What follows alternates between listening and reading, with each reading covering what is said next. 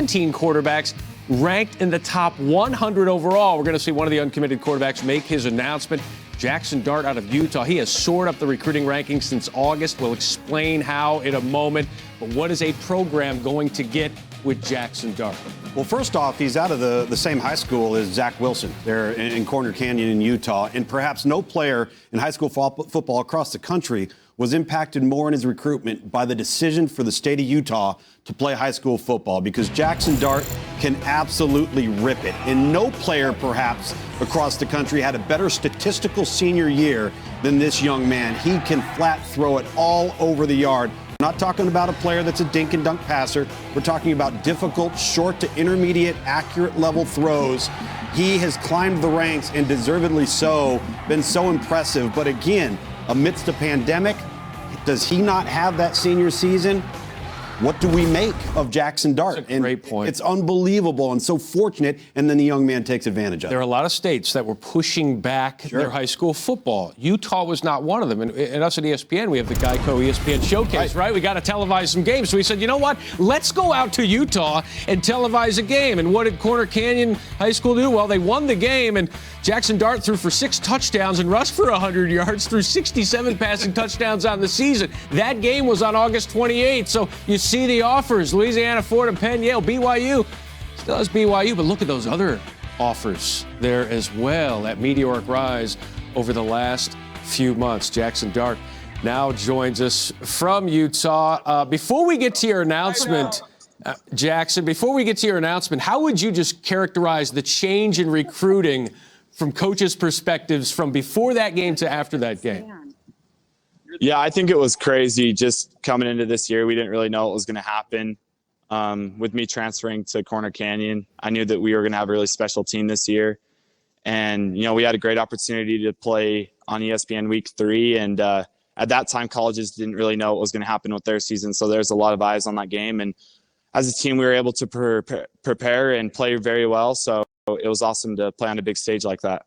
Yeah, coaches were at home watching TV. They saw you, and the offers come in. All right, let's find out where you're headed. The floor is yours. The moment is yours. Where are you headed to school? All righty. I'll just start off by saying something to start. This has been an awesome day, and I appreciate everyone being here or supporting me from afar. I first want to give a shout out to my teammates, especially my O-line. I've had great guys battling next to me my whole career, and I respect them so much. I feel blessed to be a part of the Corner Canyon family and want to thank the students, parents, administration, staff, and DJ for being so supportive and helpful. I'm more than lucky to have been coached by 2 of the greatest coaches in Utah, Coach Fernandez and Coach Kerr.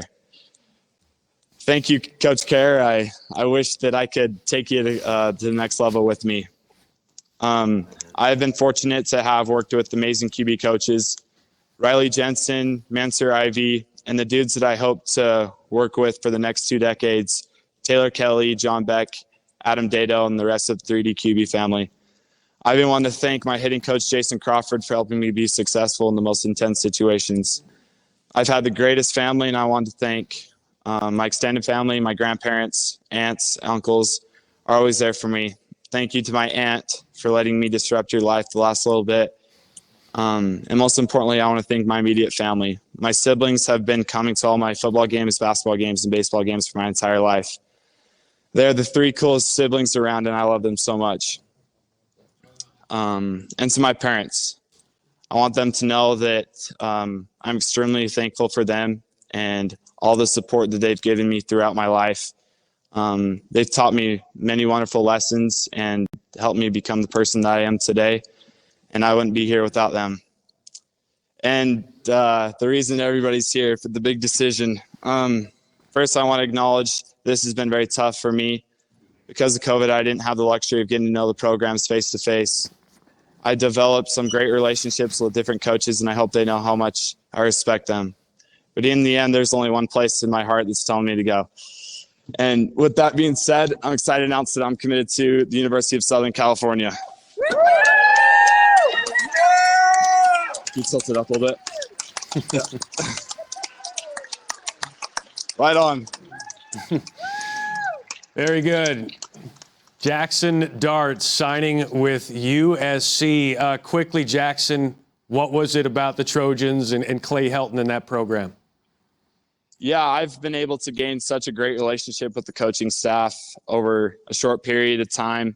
I love their winning culture and the tradition that they have. And I'm super excited to play an offense that spins the rock. And yeah, can't wait to get after it. Congratulations, Jaxson. A meteoric rise, now headed to certainly a blue blood tradition-rich program in SC. Thanks for doing this. We appreciate it. That's Jaxson Dart, top 15 pocket passing quarterback. What a story. We talked about it, and now headed to SC. Again, and a great story amidst the pandemic and what's transpired over the last 9 months. And really, I think this came down to two things. The success on the field for USC this fall and the story that they have had. And then finally, I think what beat out BYU, what beat out Arizona State is the fact that in the air raid under Graham Harrell, you're probably going to throw it 45 to 50 times a game. He's been accustomed to doing it at the high school level. So you see the fit. Miller Moss, obviously verbally committed, not yet signed, has been verbally committed to the Trojans for quite some time. Jake Garcia withdrew his verbal commitment. I think will be expected to sign with Miami possibly later today. So it will be interesting to see the quarterback competition there between these two, but it's certainly, I think, an indicator that SC right now at the quarterback position, Matt, is healthy and talented. And now if they can continue to address the offensive line needs and the run game, listen, Clay Helton's done a wonderful job on the field, and I think that's paid dividends. Yeah, fourth time in the last 10 years to getting two top 100 quarterback recruits in the same year. And one of the reasons there was room for Dart is because, as we mentioned, Jake Garcia was committed to SC, decommitted. Tom Van Haren joining us now. Again, Dart not the only quarterback commit that we are going to hear from today and this week. What do you anticipate here?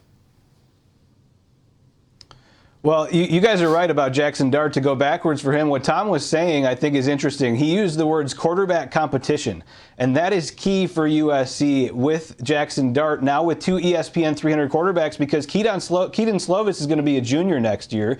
They only have Matt Fink on the roster, and they lost out on Bryce Young last year in the 2020 class when he flipped to Alabama, so it was crucial that they landed two quarterbacks in this class.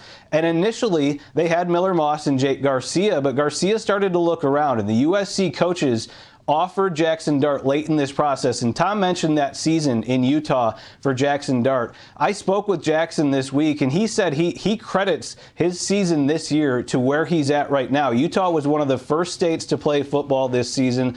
They got the whole season in. His numbers are ridiculous this year. Once Jake Garcia decommitted, that opened up a spot for Jaxson Dart to join this class. I asked him, would you have been able to commit with knowing you were the third ESPN 300 quarterback in this class? And he said it probably would have been pretty difficult. So Jake Garcia decommitting opened up a spot now, as Tom mentioned, a quarterback competition in the future at USC.